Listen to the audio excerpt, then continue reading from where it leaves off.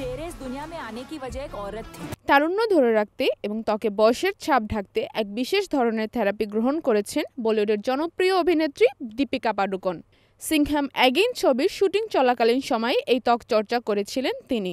এক সাম্প্রতিক সাক্ষাৎকারে দীপিকা জানান তিনি কোনো ধরনের সার্জারিতে বিশ্বাস করেন না।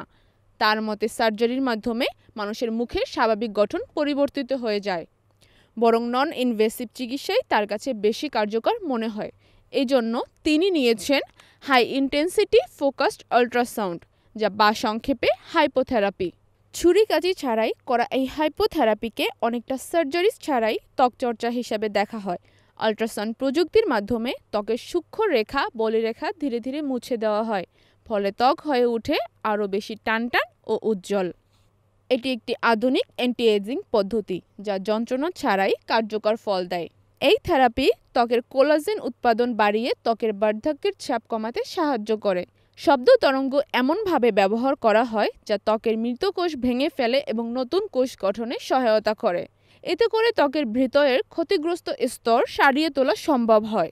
বিশেষ করে যেসব অংশে বয়সজনিত কারণে চামড়া ঝুলে পড়ে সেখানে হাইপো খুব ভালো কাজ করে।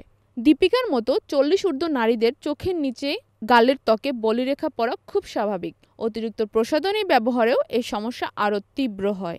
তাই একবার হাইপোথেরাপি করিয়ে নিলে ভবিষ্যতে আর কোনো ধরনের সার্জারির প্রয়োজন পড়ে না। শুধু মুখ নয়, গলা, হাত, বুক এমনকি উরু পর্যন্ত এই পদ্ধতি প্রয়োগ করা সম্ভব।